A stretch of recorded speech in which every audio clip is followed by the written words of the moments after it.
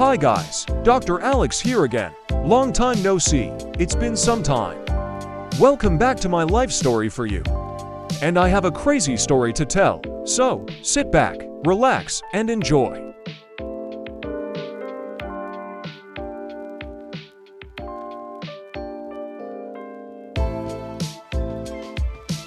After the incident with the hospital, I've been very busy this past year.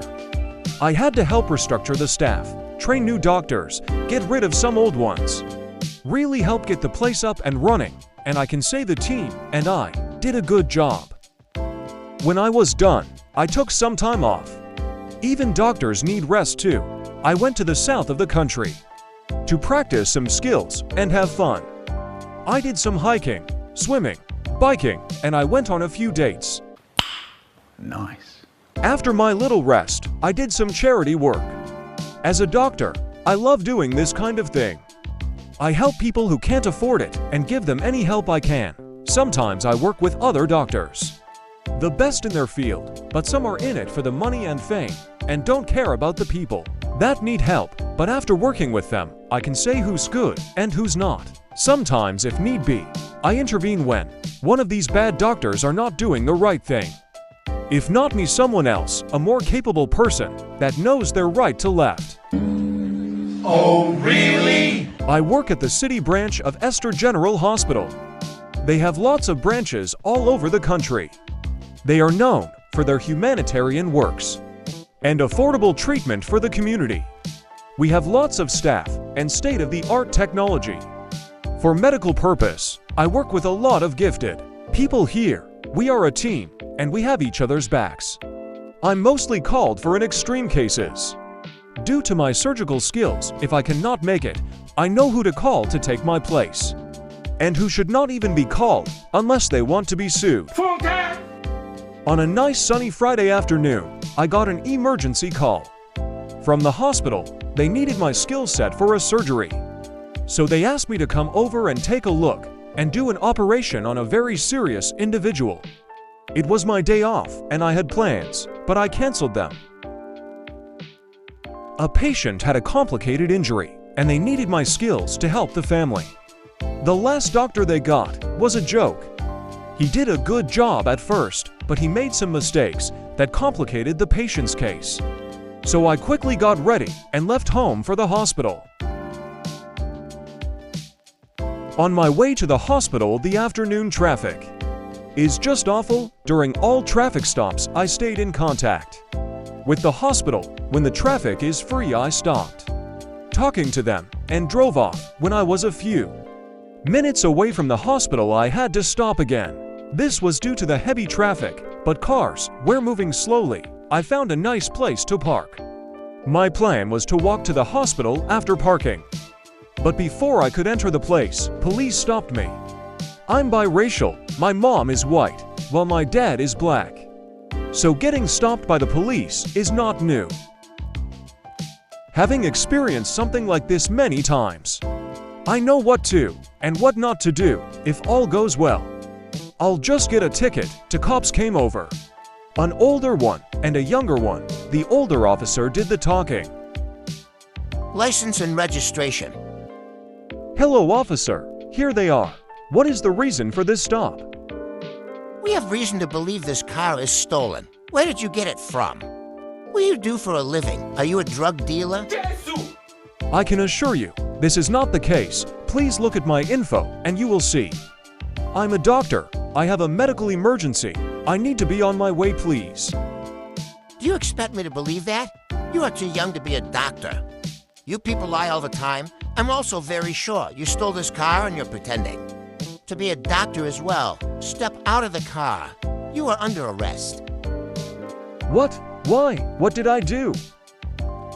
Possession of a stolen vehicle, false impersonation of a medical personnel, reckless driving, resisting arrest, an attempt to assault an officer. I knew all this is complete crap, but I kept my mouth shut. But I still tried to explain this to him. Officer, please run my information in your hand. You'll see I'm not a fraud, or you can call the hospital. I need to be there, or my patient will be in serious danger. I I don't need to. I know, you are a thief. You people are all the same. Get out of the car now. They have other doctors. They don't need a fraud like you. And if the patient's black, I say good riddance. Jesus is Lord! Is this guy serious? The sad thing is, I'm close to the hospital. I told him to call or just follow me. Then we can confirm my ID. He didn't listen. After taking me out of my car, I was placed in handcuffs and then put in the back of the police car. Then I heard his co-worker argue with him.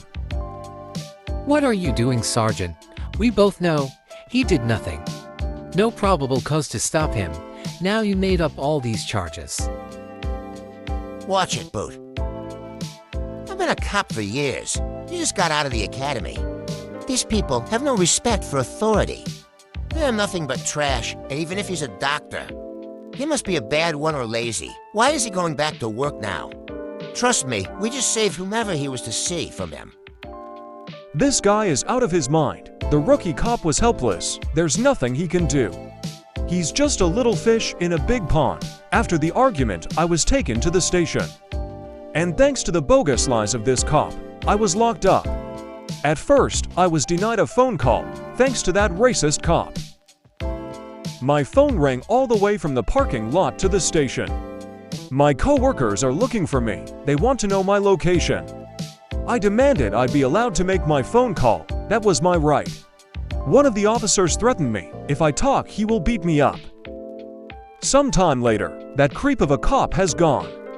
The only ones left were a few cops, the rookie included. He felt sorry for me, so he allowed me to make a call. Shortly after my call, I was released from the station. The few officers and their superiors got very scared after that. The rookie then asked me, Hey Doc, who did you call in the few months I've been here? I've never seen white cops get whiter than they are now. Someone with much higher authority, I replied. Sorry, but I need to get back to the hospital now. Then the rookie got a call from his wife. Their son had an accident and was in the hospital. The specialist needed was missing, so she called him to inform him. I was that missing specialist, so he took me to the hospital quickly. Luckily, he was at the hospital where I worked. As soon as I arrived, I started the boy's treatment. It was hard at first, but successful, unfortunately. The patient I was meant to see before didn't make it. His condition got worse, so another doctor was called. He was good, but not good enough. To add more insult, the family want to sue, which is understandable. After hearing the news, I was shocked and angry. I could have saved him, my young patient, if I was not arrested. On the bright side, the rookie cop's son will make a full recovery. After some rest, I told my colleagues what happened. A few days later, I was asked to come to a meeting by the hospital's legal team. I was to meet the parents of the young man that passed. I first met the mother and offered her my condolences. No parent should bury their child. She was a nice woman. Despite what happened, then the father walked in. He wanted to know what happened. When we saw each other, the room fell silent. To my complete surprise and disbelief, the father was that racist police officer that arrested me. Oh my God! What are you doing here? How did you get out? He asked. Then I said, I was released, no thanks to you. And I lost my patient as well, all thanks to you. What? Yes, this is the officer that arrested me. He said I was a fake doctor because I was too young. He arrested me because I'm brown when I asked for my call. He and his team refused and threatened to beat me up. So I could not let you all know what happened. After telling them this, his wife spoke. You monster. I've always told you, your racism will hurt our family. Now look at what you've done. Our son is gone thanks to you. I never want to see you again. We're done. Emotional damage! What have I done, Lord? What have I done? He said to himself. After that she left, the lawsuit was dropped. The cop was in shock after he realized what he did cost him his son. It was about to get worse for him. The reason why I got out so fast was because I called the chief of police and told him what happened. Long story short, he called the station and ordered them to let me go. He also looked into the activities of those cops and found out a lot about them, from misconduct to false arrest to assault, use of force, and more. Him, along with his coworkers, were fired and arrested. As for the rookie, I made sure he was protected. He will be just fine as long as he stays on the right track. As for his son, he will make a full recovery. It's nice to have a relative who is a police chief. Thanks for staying until the end. Do you think that if I came on time, would I be able to save the boy? And here is a little tip we should remember.